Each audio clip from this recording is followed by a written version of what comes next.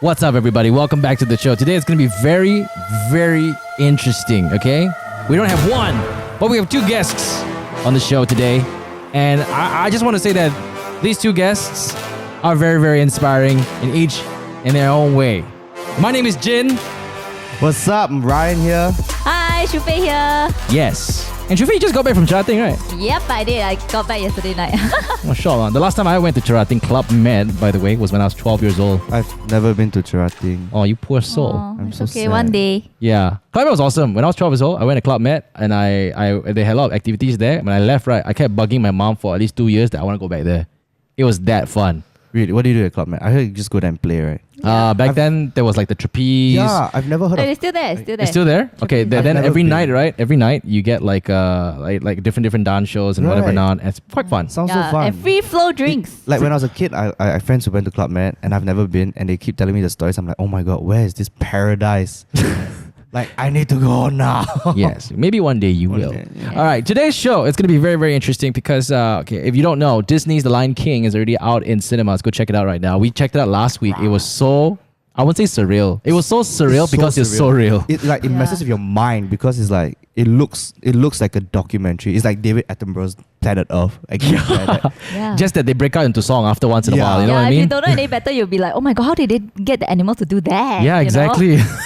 So later on the show, we're going to be speaking to the director of Disney's The Lion King, Jon Favreau. Yeah. You may know him as Happy Hogan in The Avengers and also Spider-Man Spider-Man. Far From Home. But we'll be speaking to him a bit later on. But ladies and gentlemen, right now, we have a guest. I would say that I've worked with this guy for quite a while now. And the first time he got in touch with me and he told me what he was working on, I was like, wow, you know what? This is going to be huge. And I thought that, I want to give my 100% support because I feel that this organization is doing so much for the community. So, ladies and gentlemen, we have the editor of Star, R.Age, Ian. Welcome to the show. What's up? Yeah. So the thing is, the Star, R.Age. It's on your T-shirt. It says R.Age. So how do we actually pronounce it right? Right. Yeah. The whole idea came about because they wanted it to sound like our age. Right? Yeah. Back then we were a youth, like the pullout in the Star. Mm-hmm. But these days we just call it Rage. Yeah. Yeah. And then some people were like, "Oh, rage!" Like kids want to rage. But no. I mean, like for those listening right now, could you please explain? For me, it's a long time ago. Rage used to be a column where teens come and write Yep. articles. Yep. Yeah. And they used to talk about maybe teen problems or what's happening within the teen community. Yeah. But could you kindly explain to us what does Rage do now?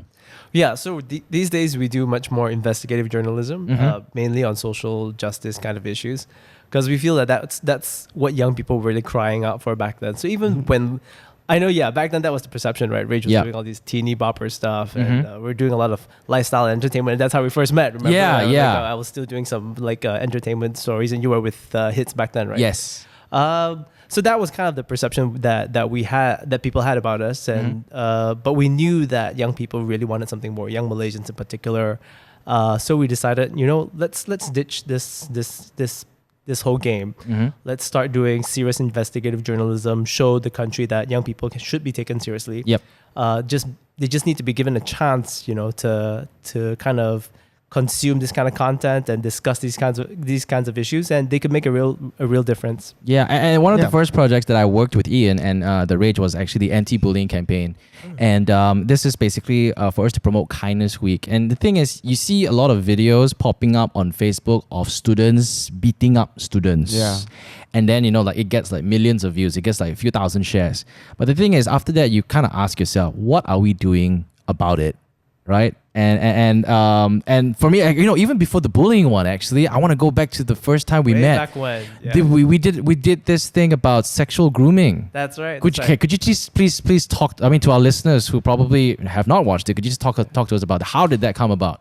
Yeah, so we did a project called Predator in My Phone, Yep. I think in about 2017. we started realizing that there was we were actually, it's a funny story because we were researching something completely different. We were looking into date rape at the time. Yeah. Because there was some statistics and there were some we were hearing stories about like a new date rape drug that was pretty dangerous. Yeah. So we went to the police and asked for some statistics, and they were like, actually, to be honest, it's not so common in Malaysia. Yes, there's a new drug going around, but is that scopolamine or something like that? I can't remember. Yeah. Okay. I can't remember. But basically, they were telling us, it's expensive. Not a lot of people can afford it. So it's not as prevalent as people think. But of course, it's like it's a clickbaity kind of thing, right? Right, right. We got scared about it. So they gave us the statistics, and so we took it home. This is a stack of statistics like this thick Okay. over a few years. So we just started going through it, and we realized that the number one kind of like cause of rape among young Malaysians was WeChat. Oh. Like chat apps, like Facebook Messenger and all that. So we started investigating into it, and then after that, some of our undercover journalists started digging in and going online and seeing if pretending to be 15-year-olds Yeah. to see what we could find. And it was so easy. Within half an hour, we had 20, 30 guys messaging. Wow. Yeah. What? Really? 20, 30 Yeah, guys yeah. It was- within an hour. It was so easy. So we decided we need to follow up. So we set up meetings with some of them, and we filmed it undercover just to Yep. kind of like catch them in the Document, act, yeah. kind Yeah, of yeah, document it as well. Document. And what really shocked us was when we presented a lot of this evidence to the police, we showed them with the videos and all that, and all these guys very, very clearly trying to get this, Yeah. supposedly 15-year-old girl Yeah. to have sex with them or Yeah. to do some kind of sexual activity with them. Mhm. The police said, well, there's no law against this right now. Oh my God! That's Yeah, crazy. I Remember remember. that? Yeah, Yeah. I remember when you told me that. The whole idea is think about it this way: if you have a kid, all right, if you have a daughter, Yeah. if some guy decides to basically coerce her, not coerce her, but kind of like groom her to think that hey, I'm an adult, you could trust me, you can do whatever you want with me. There's no law against that. Wait, there's no literally underage sex is not nothing. No, there is a law against law. that. But Right, the yeah. thing is, what Yeah. he's doing is he's using a chat app to basically, coerce the victim Yeah. to do something sexually with him willingly. Yeah. So Yeah, that the and that consent. process is actually not illegal yet. So Oh, man. until the guy does something, at which point it's already too late, right? You've Yeah. already traumatized the Yeah. girl, and the harm is done. Okay. Until that point, actually, the police said there's nothing in They our can- laws they can that do allows anything. them Yeah, okay, to understand. charge or to arrest the guy. So we were really shocked by that. So we set up a campaign, and that's where we enlisted Jin's help for that as well. We got some celebrities, Yeah. a few politicians to come and join us in this cause to try to get this new law passed, which was very important because actually it's not just about this sexual grooming law. Yep. There were a lot of other laws as well that in Malaysia that were really lacking in terms of child sexual crimes. So, Yeah. for example, there is no specific language on child pornography. Mm-hmm. So before this in Malaysian law, having a piece of pornography and child pornography, there's no difference. The penalty is the same. Wow. So you could get fined for having, let's say, some video in your phone that Yes. somebody sent to you. It's the same penalty as essentially as Child- having child pornography. Oh my As God. producing or consuming child pornography. So there were all these kinds of laws that needed to be fixed, Yeah. not just sexual grooming. So thankfully, with the campaign, with everybody's help, a lot of great NGOs really, really backed it up. So yeah, we managed to get the law passed. Yeah, Yeah. that's amazing. I know. Yeah, I remember Malaysia. seeing that. It's safe to say this. Malaysia. I mean, the children is a much safer place for Malaysia because of these guys. Yeah. Actually, I remember him updating on his Instagram, like them going to the court and everything, waiting Yeah. for the bill to pass. Mm-hmm. And I thought yeah. that's great because like I studied mass comm, I studied journalism to a certain extent, and one of the roles as a journalist is to keep the government check and balance. That's the term we Yeah. always use. Yes, there are so many laws, and I understand that sometimes the government doesn't have time to go into every single aspect, and it's so important that we have like people like Like, Ian and his yeah. team out there. Yeah, and the thing is, Helping like, us out. I've worked with your team. They're also dedicated. They're all so passionate. It's like, I've worked with them on the anti-bullying campaign, and they're just so passionate about, reaching out to every single school, making sure that, that they are well informed. And the thing is, I worked with your team for I was coming to 3 years, and they would just go all out. They don't care. They'll be the video team is okay. Can I get this? All right, can I get this? Can I ask you this? They'll be going to the extent to try and get the word out there. And this is something that you want to be part of. Like, for those listening, you need to check out their content, and you need to also be a part of it and try to actually support it, because they're doing a lot of great things. Apart from the anti-bullying campaign, and the most recent one that I've been watching, it's about the drug mule case. Would you like to shed some light about that? Yeah. So like most of our stories, we kind of jump into it by accident. So this lawyer messaged us and said, there's this priest who's coming from Hong Kong, and here's a story that you really should check out. So we met this guy. His name is Father John Wotherspoon. So he is a prison chaplain. So that means when prisoners come into prison in Hong Kong, he goes and helps them. He counsels them and just gives them support.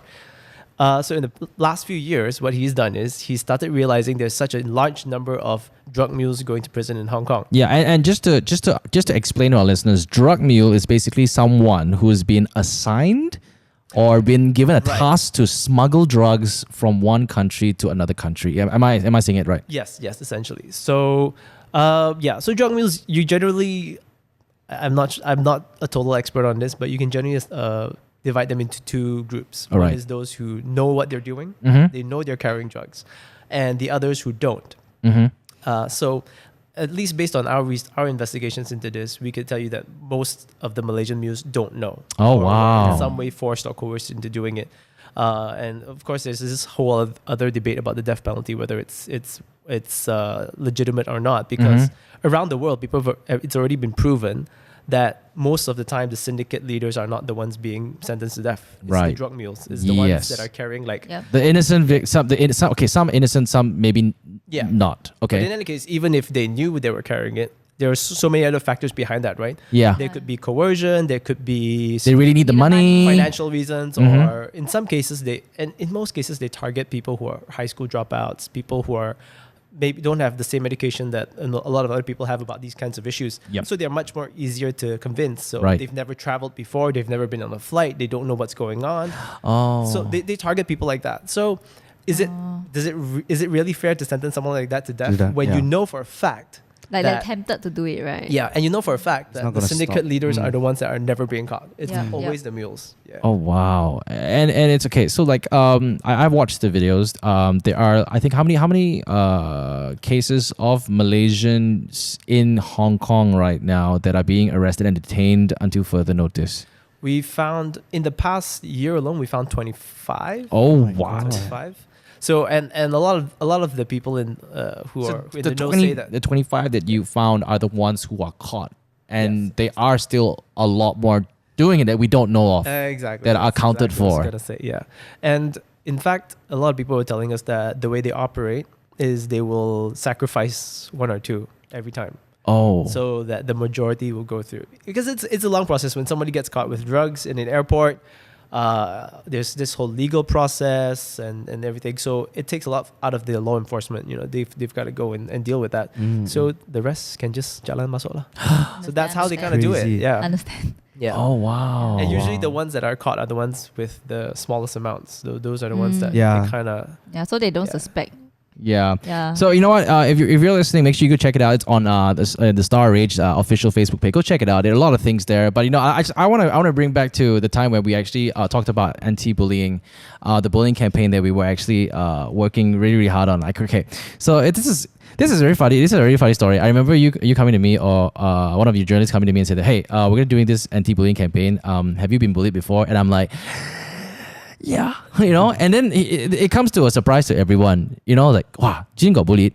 I mean, how can a big size fella like that, almost 6 feet tall, big size, fat? Yeah, man. I always thought you were a guy who got bullied before. I'm so sorry. What? You always You look thought? like someone who got bullied before. Oh, really? Oh, yeah, okay. So do I look like someone who's actually got bullied before?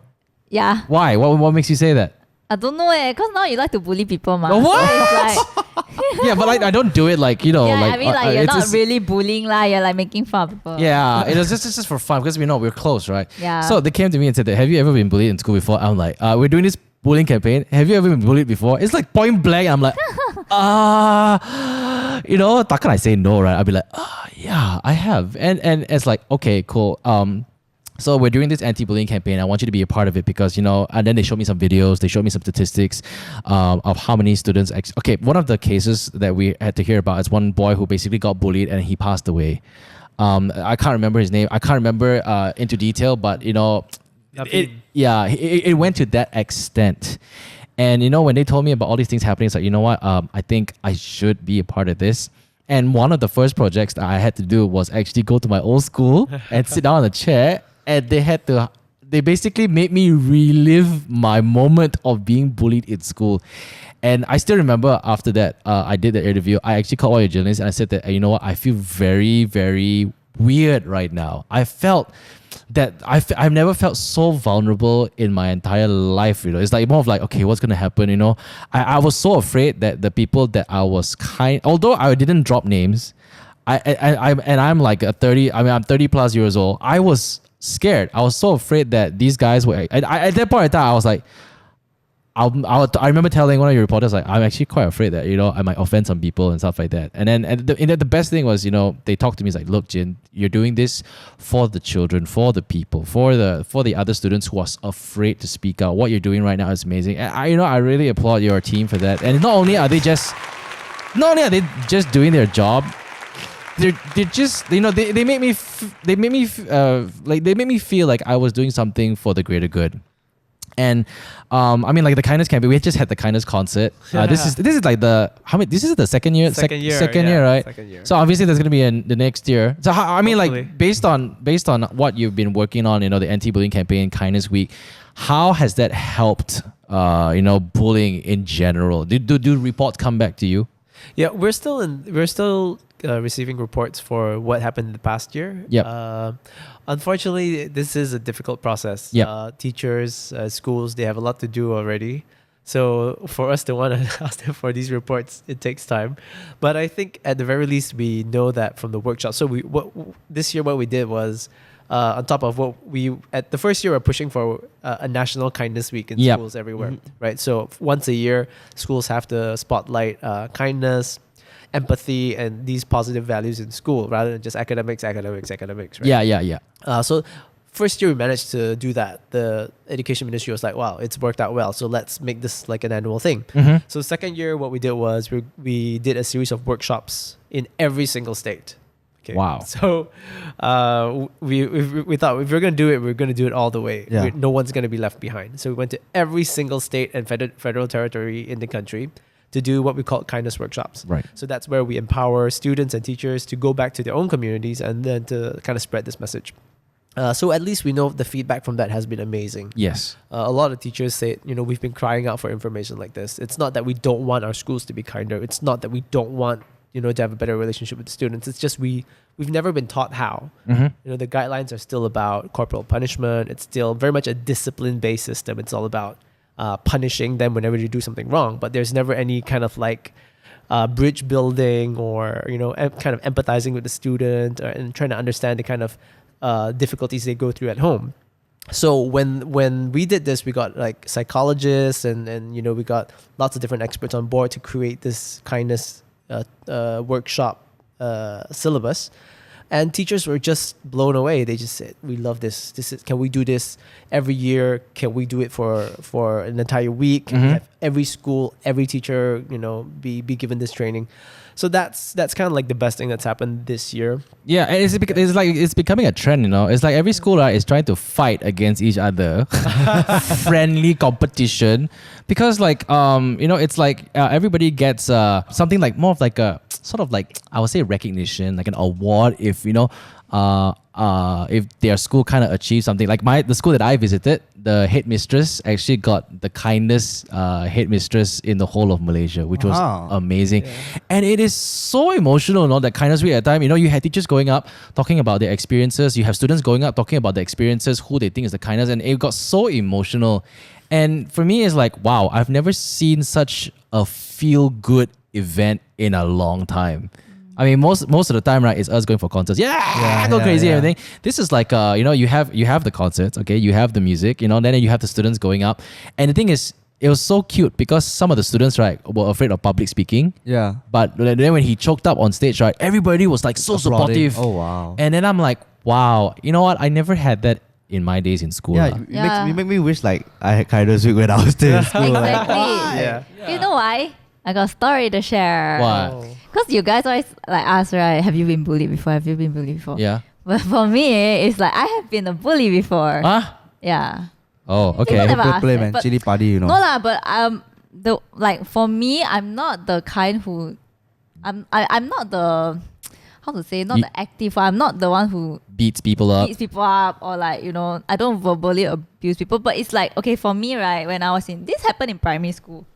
So after primary school, all these things just like, because we all grow up, right? But in primary school, I think because we grew up watching like shows and stuff, like there's always a good guy and a bad guy. Yeah. So like in primary school, when like everyone hates this one person, like, okay, I wouldn't say hate lah, like dislike one person, right? Yep. It's like that person's school life is gonna be quite miserable lah. Yeah. And although not everyone is like directly bullying her, it's like when someone's bullying her, we wouldn't do something about it. Because Yeah, it's you more know of what I like mean? it's more of like, It's like okay, not let's say for prevent. example, Yeah. you know that the most popular kid doesn't like that person, and all of a sudden everybody kind of resonates like, oh yeah, he doesn't like that person, and all of a Yeah. sudden this person becomes singled out because Yes. the most popular person doesn't like it, and nobody does anything about it. Yes, And and, every- even if you see someone doing something to that person, towards that wouldn't- person, you wouldn't do We'll anything take about it. action on that. lah. Yeah. Yeah. Yeah. That's what happened in primary school. And although it's not like a big thing, like no one like punched anyone, but now that I think back about it, right, it's kind of sad lah, because that person might not have friends, yeah. or like he might Yeah. not be doing well in school. No one really bothers. That's the thing. Yeah, and actually that's really indicative of a lot of the kind of bullying that young people now get. It's no longer the physical Yeah. kind of beating up that a lot of older generations remember. So a lot of times they'll say, kids nowadays are so weak lah, they Yeah. cannot stand anything. But Yeah. mental and emotional bullying Yes. is way worse. Yeah. Yeah. Is way worse. Cyberbullying is way worse on your children because it follows them 24/7. They Yeah. can't shut it off. If someone shares a really mean, like a meme about you in like a school WhatsApp or Facebook group, Yep. that's gonna stick with you for a very, very long time. You can't shut it out. So I think a lot of people need to realize that. Like, what you said is very, very true. Yeah. That person probably was much more affected by it than any physical beating could happen. That could do to Yeah. that person. Yeah, and speaking of cyberbullying, I think this year's campaign was focusing more on, say something positive. That's Because like these days, right, as usual, a lot of kids, I don't know why it's become this way, seek validation online. When they post something, even though it's a private profile, right? I mean, like when their Instagram is private and their Facebook is private, right? They have like a pool of friends, and then when they post something, and then when somebody comes back and says something nasty, it kind of sticks with them, and it kind of all of a sudden they'll think that, oh my god, I am whatever this person says. And okay, what do you think? I mean, like social media is a great place. I mean, look, we all had, like for me, it's my career kind of exploded because of social media, but that's if you use it the right way. What do you think about what you see online these days? What could we have more of online? Yeah, kindness. That's the simple answer. So we've really been motivated by that. There's this quote from Martin Luther King Jr., the American civil rights activist, that it's almost like a cliche after a while, but it's still so true that you can't drive out hate with more hate. Yeah. You can't. Well, sorry, the full thing. I can't remember the full thing. It's like you can't drive out darkness with darkness. Only light can do that, right? Mm-hmm. Something like that. So we've been motivated by that. There's been a lot of hateful rhetoric online these days. There's Yeah. negativity. You open any Facebook post, you're bound to find like a troll comment. You're bound to find something really, really mean. So the only way to push that out is through kindness and love. Right? Mhm. It's through saying something positive. And it's not something really typically like a R.Age project, right? Yep. We do a lot of investigations, a lot of undercover work on issues like, like you mentioned, drug trafficking and human trafficking and stuff like that. But these are just our issues we feel that arise because people didn't have that education, about Mhm. kindness. You know, it's Yeah. never been part of their upbringing. So in the long run, if we want to solve these issues, we need to start now. Mm-hmm. To start teaching these kids, put yourselves in someone else's shoes before you do something to them, before you harm Mhm. them, before you say something or do something to them. Think how would it affect you first? You know, be kind first. So on social media, that's exactly the kind of thing we want to push. Before you post anything, before you comment, think twice. Try to spread something positive. Because it's a good thing. Social media can be a good thing, right? Yeah. Like you Yeah. said. So let's use it for something positive. And I would like to ask your opinion. I mean, I'm pretty sure you heard about the whole case of this girl and her mom uploading a video of that teacher who was allegedly caned the girl. And then the thing is, she resorted to just like uploading a video instead of like, settling it amicably amongst themselves. Yeah, I think that's Right. kind of bullying also. You're just posting, the Yeah, teacher like that. and before you hear both sides of the story, the first victim was the teacher. Everybody was just hating on the teacher until certain people come out and say, hey, they started defending the teacher, and after that it started going like the other way. Yeah. I think that's one problem with social media as well, right? That you have to take a side. Yeah, There's this tribalism that social Yeah. media has created, right? You're part of this group, okay, so you gotta stand that With your this ground. person, yeah. That's it. There's no two ways about it. There's no like measured discussion. Like I understand both sides.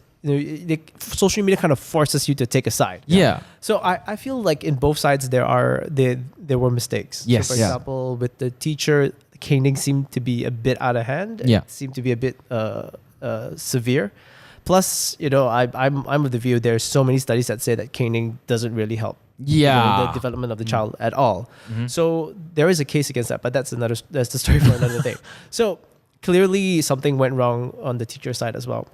And on the parent side, the way they reacted to it was not great either. And to begin with, the student herself as well, of course, said something that was unkind to the teacher. Yeah. So everyone kind of has to take a bit of responsibility and kind of has to learn from it. But unfortunately, in the era of social media, this is my personal belief anyway. Everyone just had to pick. I'm with the mother or I'm with the teacher, and that's it. Yeah. Yeah. Okay, I want to start a discussion actually. Mm-hmm. Okay, so since we're talking about bullying, right? Yep. Okay, I think this is very common among like circle of friends. I don't know if you guys can relate, but every group of friends, there's always that one person that everyone always picks on. Oh. Yeah, and sometimes, we think it's like, oh, it's just for fun, he can take it, it's just for fun, like we're all friends, ma. But sometimes maybe that person thinks it's too much and we don't know about it. Does that count as bullying? I would think, I think, if the yeah. person comes out and says, "Can you stop it?" I think that you should already there should be decide already already, right? there should already be some cues already. If you see his facial expressions, even though if he's the type of person or she's the type of person that would not basically respond and say, "Hey, can you not do that? I don't feel nice." Based on their body language and how they respond to you, you should already take that as a cue.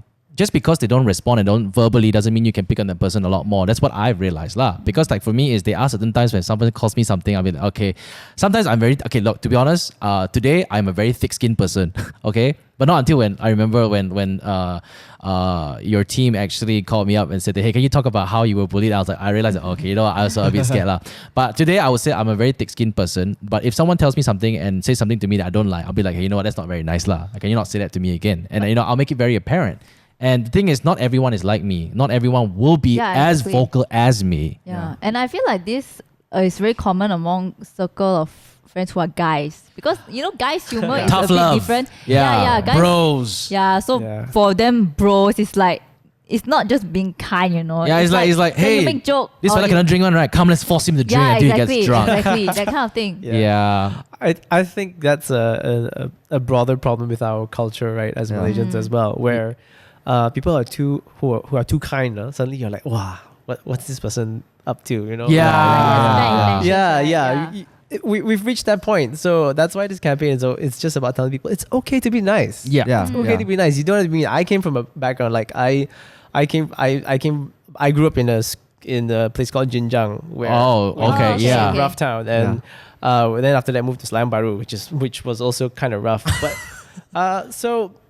and I distinctly remember, especially in schools, among the guys, you're not supposed to be nice. Right. You gotta Yeah. be tough. You gotta be Tough guy You gotta, act. Yep. and we keep perpetuating this culture, right? Because a lot of parents, when they grow up and they have their children here, they're like, no, I gotta make you tough too. If not, you're not going to survive. Yep. But what you're doing is you're just pumping out more kids that are the same Yeah. and forcing each other to be, As tough as. to be tough as each Yeah. other. When if we all just said, let's put an end to this.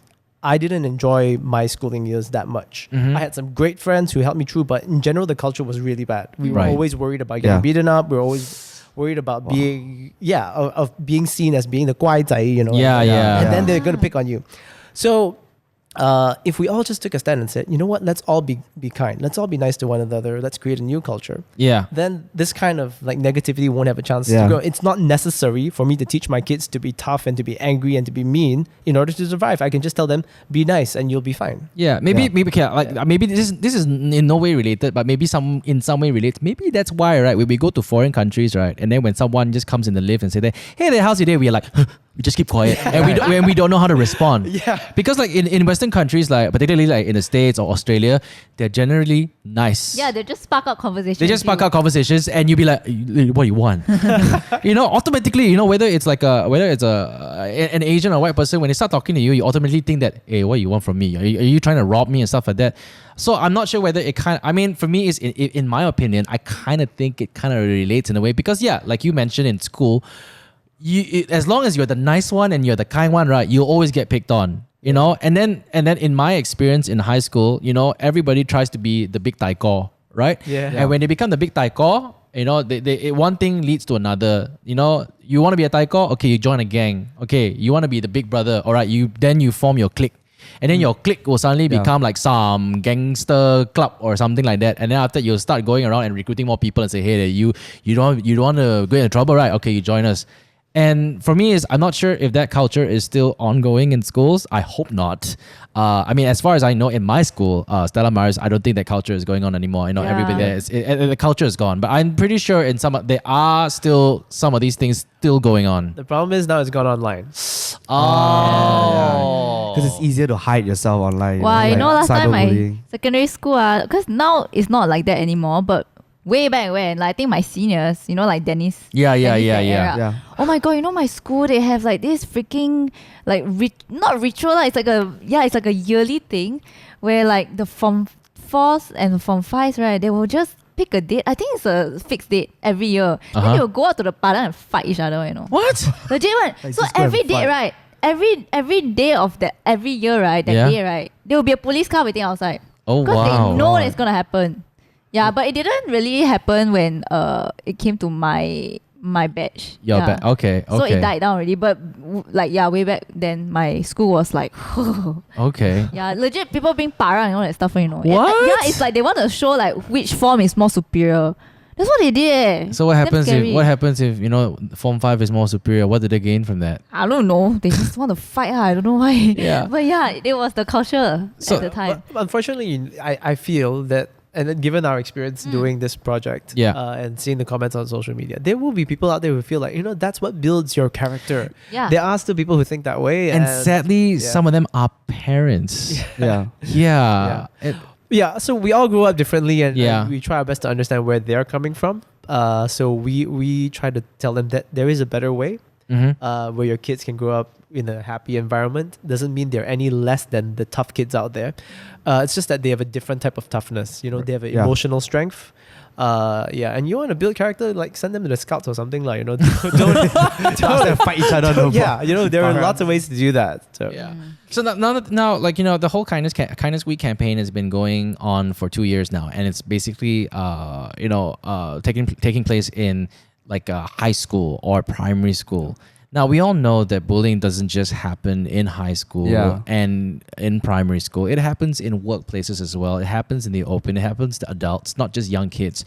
Is there any plans for you to just broaden up that circle a little bit instead of just containing to kids? Yeah, so that's what we did this year by getting the politicians involved. Right. Okay, so it was a bit of a risky move for us because you know how politics can be so divisive. Yeah. It's like there is sometimes zero kindness in politics. Yeah. But we did manage to get politicians from both sides, Right. government and opposition, and they said they support the campaign. They were very inspired by what the students have done. So this is very much a student-led campaign, right?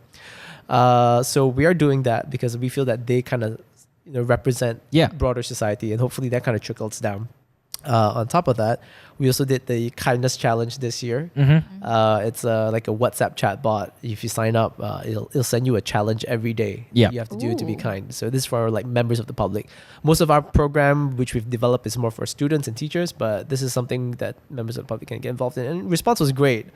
We had, I think, about almost 8,000 people sign up for it. Wow. And, yeah, the coolest thing is over 3,000 people completed all 5 challenges. Wow. Oh, wow. That's a pretty high completion rate, Yeah. right? Done. Yeah. Nice.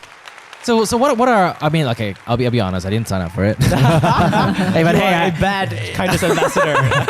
but what were some of the challenges? What were some of the challenges that were in that chatbot? Yeah, so spoiler alert, day 1 was be kind to yourself. Oh. So we spoke to some psychologists about it, and we wanted to develop like a journey for them, right? So day 1, they said, how about we ask them to be kind to themselves first, learn to kind of like...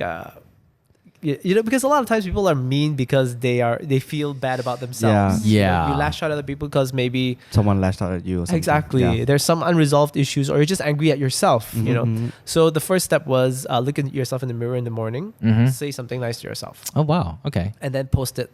Post it online, share it online or something like that. Yeah. Normally those cool guys, right? Be like, when they see that, yeah, this is so uncool, this is so weird. Right. But I think when a lot of people start doing it, then you normalize it. Exactly. That's what we're trying Yeah, to do. that's amazing. I mean, Actually, one thing I realized, like, I feel like a lot of Malaysians could learn is the simple way to be nice is just like using pleasantries. Just like please and thank yous really go a True, true. long way. Yeah. Like I realized because when I study overseas, every time we have this like when you walk out a door and someone behind you, just hold the door open for them. It's no big deal, but then people just say thank you, thanks. Oh And my it's not as if like God, they'll look at you and yeah. say thank you, but it's just like in the passing, hey, thanks and all. Yeah, and I have But this when you do that habit. here, Yeah. and I just hold the door open for someone, and then when you just don't hear it, you're like, I don't know, it just feels weird to me. Like, Yeah. And then you feel like you don't have to do it back. Yeah, after. exactly. You kind of get angry and like, oh. I know it's such a small thing. yeah, like, what for? Huh? What for I do? What for? They also won't do it for me. Yeah. I think it's that mentality, like, what for I do? Yeah. Yeah. So we gotta start it first. So good for you. It's Oh, like, Yeah. please and thank yous really go a long way. Oh my God, do you do this? Like, when I enter a store, right? It's just me, when I enter a store and I don't buy anything, right? And I leave, right? Even if I buy something, but this is more, it's more, I feel more paiseh if I don't buy anything. Before I leave, I will say thank you. Oh, yeah. I feel very paiseh if I don't say. I do that too. Yeah. Yeah, it's more of like because a common courtesy lah. This Yeah, fella is yeah, actually yeah, there yeah. serving you, standing Yeah, next to you. yeah. What do you want to buy, sir? Can I help you? You want this one? Oh, this size. I go look for you. Yeah. Then come back. Cannot fit. Okay, I go look for another size. Then I come back. Don't want to buy. Okay, thank you. Yeah, it's just I bet a simple thank you would just change the guy from thinking like, wow, this guy so fussy, into like, oh, okay. I mean, at least he appreciated my help, you know? Yeah. Yeah, so that's what the kindness challenge we try to get members of the public to do, sort of like, and it's a progression. So day 1, you be kind to yourself. Day 2, be kind to your family. Yes. Day 3, to your friends or your colleagues. Mhm. To a progression. And finally, the final one was for everyone to do 5 random acts of kindness. So the last one is kind of like you're taking ownership of it. Now I'm coming up with my own acts of kindness. I'm not relying on a chatbot to tell me. Yes. And that was, so if you finish all 5, you get VIP passes to the concert. Ah. So those are the people you saw there. Oh, concert. wow. The people that you danced with, yeah, those were the Yeah, I can't Kind dance. Oh my people, God, I Jay. remember in uni, right? I was walking to class. I think I was late lah, sorry. But I was late and I was walking very fast. I Yeah. was trying to get to my class. And there was this random person. He just came up to me and he gave me a note. And then he just gave me, he's like, just take it. I'm like, oh. So I took it. So I opened it. He was like, yeah, you look great today. Then he's like, pass it on to someone else. Oh. Oh, So okay. cute. Yeah. Then I when Let I me saw it, I was translate. like, Let me oh. translate it for you. Hey, are you single? Pass the message on to someone else. So basically what I did was I just passed it on to another person lah. Yeah, but it's nice lah. When I saw it, I'm like, oh, that's so nice. Yeah, Yeah. that's one of the kindness projects as well that the Yeah. kids came Yeah, up with yeah, too. Yeah. That's it. So that's I mean, it all starts somewhere, and I'm glad that you made it something cool that kids now want to be a part of. Because the way I see the kids want to be a part of it, I was like, yeah, I want to be a part of it, and it's very competitive. Okay, the schools are actually competing to be the most kindest school in the whole of Malaysia. I'm like, what's this? You know what I mean? But I really have to commend your whole entire team for that, because Thank you. it's amazing to see like you mentioned, R.Age is not really much, like not really funded, and everybody is not doing it out of, yes, there is a bit of funding, and sometimes, I think that's a bit of a struggle for you guys. I remember having a conversation that, all the awards that you win and some of the grants that you win goes back to research, goes back into investing into the company. And to be honest, it's safe to say that everybody is doing this out of their own free will because they believe in something. Yeah. Not just anti-bullying, not just unfair treatment for migrant workers, not just sexual grooming, but everything in general. And you have such an amazing team, Ian. And I mean, like, I'll say it right here. Like, at any time you have any campaign that you need people to be part of, number one, I'll be the first person to volunteer. I volunteer. And I'm just gonna say that my team are gonna volunteer as well. They have no choice. All right. What? That's not what? the point of What do you volunteering. mean? The point of volunteering is I have no Volunteering. choice. I'll ask. Can you please help? Yes, I will Yes, volunteer. of course. Thank Because you. it's my choice, not Jean's choice. Yeah. but like just to wrap it up here before we end this segment. I mean, like, to people who are going through bullying in school. Yep. Or even bullying in general, whether it's in a school environment or a workplace environment. I mean, what's that one piece of advice that you'd give to them? You are not alone. Mm-hmm. Always remember that. There are a lot of people who are going through the same thing, and it doesn't make you any less. It doesn't. Yeah, it doesn't mean you're not worth it. So hold your head up. There are plenty of other people who will be there for you. So just reach out and try to get help. Like, I'm sure Jin will help. Yeah. You've made actually a very nice open what do you call it, announcement once to say if anybody needs help.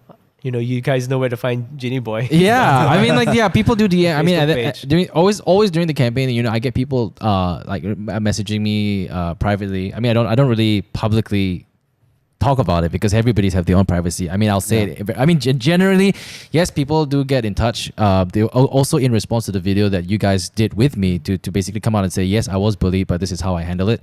And for me, it's more of like, it doesn't take much, to be honest. It doesn't take much to make them feel appreciated. It's more like you just responding to them, hi, you know what, don't worry. I don't say the words like you'll get through it. Like, it's more of like I've been there, all right. I understand how you feel, but remember, never. I always tell this to everyone: never ever be afraid. Number one, to talk to your teachers. All right, your teachers are your parents away from school. They are the ones that are supposed to be taking care of you. Number two, never be afraid to talk to a friend. And if you're too afraid to tell a teacher, just because the teacher has some sort of hierarchy or some sort of status, right? You'd be like, going to a teacher is a very big step to me. Talk to your friends, and the friends that you are talking to. Like, okay, if you have a friend comes to you and tell you that, hey, I'm being bullied, you need to help the person. You need to tell the teachers. You need to tell the higher authority, because you know why? Most of the time, kids who get bullied, they would think that when they do something, the bully will come back for them. Yep. And in this case, to be honest, I can tell you, they won't. Because why? They also damn scared. What? Yeah lah. When you call their parents not scared, they are scared also. It's just that, who is going to make that first step into telling someone with more authoritative power to come and do something. And it's great in this sense that R.Age is actually taking this thing publicly and making it such a big thing to basically encourage people to basically stand up against bullying, but with kindness. Yeah. So, you want to say anything? How? I mean, I'm not sure whether you've gone through that. Do you want to say anything? I just want to say, like, it literally costs nothing to be kind. It's not as if you have to pay money out to be kind. And it makes someone's day so much better. Just a small thing like saying please and thank you, or just appreciating someone. It really helps, and you can really change a person's day. Like Shu-Fei's note, I thought you felt good when you received that note. It's like, it's so random. And you may look like shit, but even someone tells you like, "Oh, you look great," you're like, "Oh, thanks," Yeah, a little goes a long way. Hey, Jin, I know you're trying to end this, right? But I have to disagree what you said just now. Like what? Okay, so you say like people are really scared to confront their teachers and stuff because they know that the bullies will come back, right? Yep. But sometimes, right, it's really the case, because sometimes the bullies will come back for them, right? But out of campus grounds or like out of school grounds, and sometimes the teachers can't do anything about it, and they're scared of that. Yeah. But the thing is, when I think that's why society as a whole has to play a part as well. Yeah. So sometimes, yes, teachers actually have spoken to us about this, that it's beyond their jurisdiction sometimes. Some things, especially if it happens online, how far should the teacher step in? Yeah. So yeah, that is a very important point. We should try our best to inform an authority, whether it's your teachers, or your parents. Yeah. But if the rest of society doesn't step up and take notice of these things, for example, the boy who died, who sparked his death, who sparked this, it was in a public space. Yeah.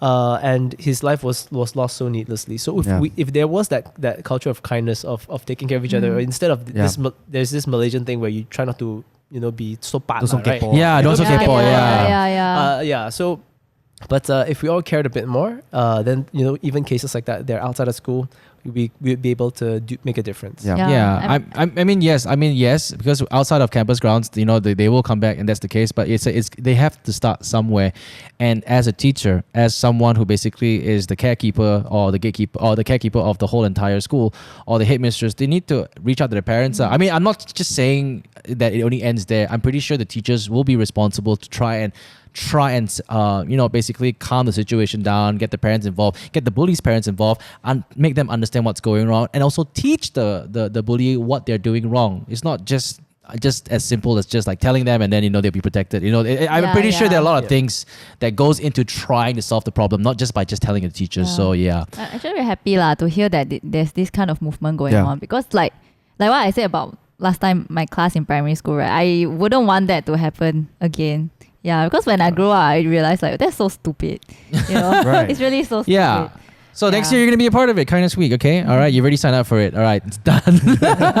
Ian, thank you so much. Again, great work. Your team is doing an amazing job. You guys are a huge inspiration. Every time I see you guys these guys are going all over the world to receive awards, okay? All right. I know there's one award. I remember what is it Peabody Award? Oh, we only got nominated. Oh, nominated. We didn't win in the end. But no, you got a lot of You're a awards. winner to me. I give you. Yeah. I give you. Ian, for those listening right now, if they want to check out all of Rage's work, where can they go to? Check us out on Facebook and YouTube. Just search r.age. Yes, r.age, and we'll leave links in the description box. Thank you very much, Ian, for gracing us with your presence. Thank you. And hope to speak to you next time. All right. Now, ladies and gentlemen, when we come back, we're going to be talking to the director of The Lion King. Are you excited? I'm a bit excited. I'm so excited. I'm a bit nervous as well. Jon Favreau. You do? Yeah. Not in Okay, no, yes. Like I have a lot of respect. Okay, for as a the guy. filmmaker, I'm pretty sure you kind of respect all of the work that he's done. Yeah, of course. Come on, we're talking about the guy who basically changed it up for the Marvel Cinematic Universe. Not just change it up for the Marvel Cinematic Universe. He started change it up for Hollywood, for the movie industry. He's everything, okay? You've seen him on the silver screen, you've seen him everywhere. To be honest, the first time I saw him was on Friends. Yeah. But right now, he's right here with us. He's the director of Disney's The Lion King. Ladies and gentlemen, we have Jon Favreau. Hello. Hello. Thank you so much for taking time off to speak to us. Congratulations on the film, by the way. Thank you. It's a big audience you have there too. I didn't realize. I know. I hear all that applause. Yeah, we have about like 3,000 people behind the camera, but we can't switch the camera. Yeah, we can't show you the audience because we are pressed for time. I understand. So we watched the film, and for me, is when I saw the film, I was blown away because of the whole reenactment of the frame by frame, and it was like, wow, how did you do that? I mean, like how much time was spent? Okay, we've done this, and then we have to go back to the frame and then refer. How much time was spent bringing everything to life? Well, I think when you look at it again, you'll notice that hopefully it feels like the same movie as the old movie. And there are certain areas where we tried to stay very close, like the Circle of Life or the Stampede, where people remember it from their childhood very vividly. But this film's actually about a half hour longer than the original, and there's a lot of scenes that are different. But we really tried to keep the spirit of the original. We tried to keep all the same characters. We tried to keep the music consistent and the story and the emotional ride of it all. So although we do we depart quite a bit from the old one, we didn't want to change anything that people remember very closely and hit those moments that you remember. But then also expanding upon it with the new casting, some new music, and especially the new technology that creates a photoreal look that's much different from the original. Wow. Yeah, speaking about technology, I heard like you guys shot this in VR. And it sounds quite crazy to me, like you shoot something in VR. Maybe you could talk a bit about that process for you. So what we did, it's nobody's done it before, but we wanted to make it look live action, even though all the animals are animated and all the sets are completely generated by computer. We still wanted to feel like a documentary. And so we built everything that you would build for an animated film, but instead of just rendering at that point, since it existed in digital space, we loaded it up into a Unity game engine HTC Vive hardware system, and we built a multiplayer filmmaking VR game, and we all would put the headsets on, and we would walk around the Pride Lands like we would if we were on a real location. And so, we'd have like 6 of us in there looking around, looking for shots, and it felt, as a live action director, very close to what I'm used to when I'm filming a real movie. So you could go in like with your DP and you could just walk around the set and be like, oh yeah, this is a cool angle right here. Oh wow, that's amazing. And do the and my DP, Caleb Deschanel, he's a master cinematographer, but he's never done any visual effects movies. And so we built this partially so that somebody like him could go in there and treat it like a regular movie and look where the sun is, look at the backgrounds. Of course, we had much more flexibility. We could make it whatever time we wanted, or move rocks around, or trees, and even the lions. But the starting off point was we were there scouting just like you would a regular set. So, okay, like back to the audience. Okay, so a lot of people will probably have watched The Lion King. You have the old audiences who are big fans of The Lion King, and you have the new audiences who are going to be watching it for the first time. But for someone like me, I grew up watching The Lion King. And what were you trying to achieve for the audiences in my shoes? Were you trying to... Because when I went in, I was like, everything is so real. Until we go on YouTube and we sit there, and when you mentioned that everything was fake and everything was computer generated, but there was one scene that you mentioned that was real. There's one shot, actually. One shot. There's one shot that we actually photographed in Africa on our research trip. And I want to wait for some more people to see the movie before I talk about which one that is. But it does show you how realistic the backgrounds are, that people are having a really tough time guessing which shot was actually photographed and not generated by computer. I wanted to take a wild guess. I thought it was the sunrise. Yeah. Is that the sunrise? No? He's not going to reveal it to us. I'm not going to say anything, but you have a very good eye. I'll say that. That's a very good guess. I'll let people see the movie a little bit, then I'll post something on Instagram or something like that. Okay. Nice. Okay, so I have a question. You guessed right. Okay, so I have a question about the casting. So I really love the music and the songs that is in the new movie. The new songs that came out. I mean, it's basically based on the old one, but different artists, right?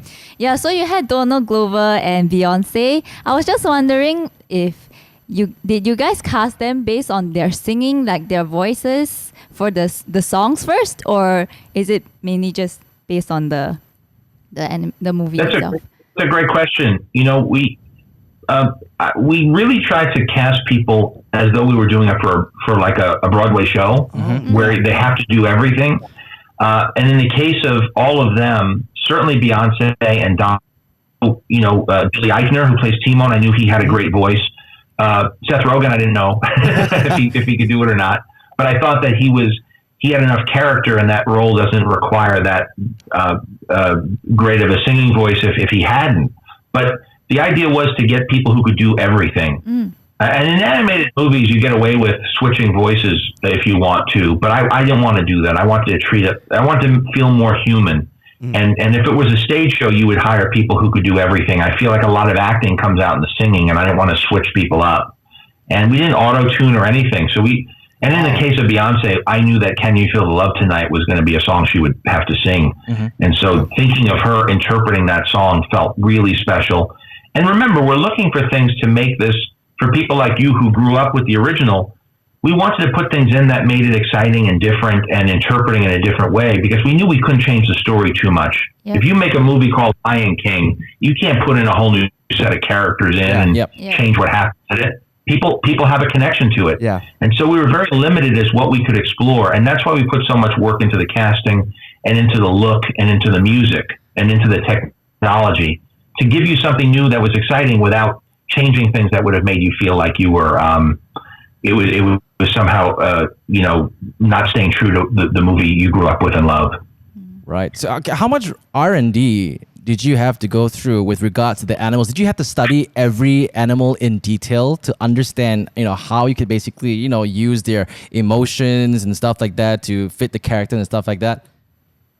Yeah. I mean, that was the big part of it, because we decided pretty early on not to have their faces have human expressions on them. Mm-hmm. There's other films that do. My feeling is that when you take something that photoreal and you give them expression, people have different reactions to it. But if you go with the naturalism of real animals, that's something that would be timeless and something that everybody is used to seeing in documentaries. Yeah. And I don't know if you're old enough to remember a movie called Babe about a pig. Yeah. Remember that Oh one? my god, I love that movie. Yeah. That one was really good for me, not just on this movie, but on Jungle Book, because I remember I felt a lot of emotion from that little pig. Yeah. But it was a real pig. It didn't make human faces. The mouth They moved a little animated the bit, mouth, but it yeah. was a pig. And so you have to use different tools. You have to frame things differently. You're not relying on close-ups, but you're relying on the movement of the whole animal. And a lot of research also comes from looking at clips on the internet. Think of how many viral videos you see where you see a cat doing something with a dog, and you relate to the emotion that they're feeling. And so we would pull stuff from the internet that would inspire us for the film, and also look at documentaries like Planet Earth and see how they got so much human emotion from realistic animals. And usually it has to do with editing and music and the way you frame it and the way you light it. And so that was the approach we took. Nice. So it is. Last question. Okay, I'm cool. told one more. Oh, there we So go. it is safe to say that my stage master. you're very well versed with all the animals. So we're gonna play a little game with you right now. We're gonna play you some animal sounds, and you're gonna basically tell us what animal this is, starting with the first one. Are you ready for this one? So you know, I'm from New York, so I don't. Wait, that was a toilet. Okay. I mean, we could say. Let me hear it again. Okay. Let's hear it.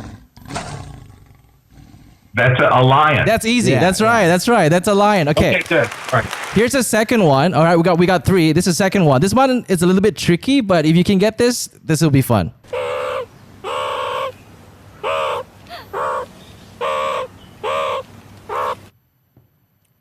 I want to say a peacock. Oh I don't even know no, what that is. that's actually a meerkat. Oh wow. Yeah. I'm used to Billy Eichner's voice. Billy Eichner doesn't sound like that. I've heard him make that noise. And we got one last animal, and I'm pretty sure I mean, everybody knows this animal. Okay, you ready for it? Yep.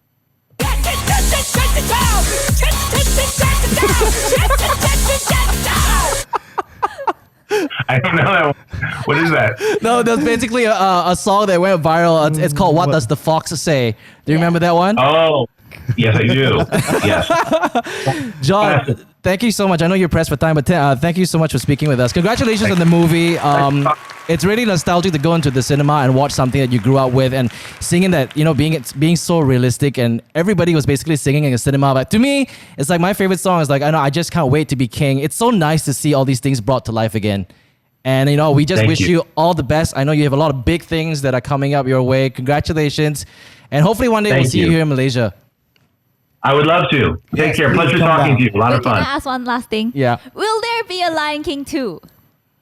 Oh, I don't know. We'll see how. It's doing pretty well. Let's see what they want to do with it. Disney always has something up their sleeve, some trick. So we'll see what they're up to. I'll find out. I'm in Tokyo now. When I go home, I'll find out. Okay. Awesome. All right. Thank you very Thank much, you so John. much. Thank you so much. Bye. Bye. All right, guys. That was amazing. That was Jon Favreau. I can't believe we just talked to Jon Favreau. Yeah, I know, dude. That's like Oh my god. yeah, it's, to be honest, I was a little bit nervous because you know why? You've seen this guy on Friends. Yeah. And after that, you see him in some other movies. Happy Hogan.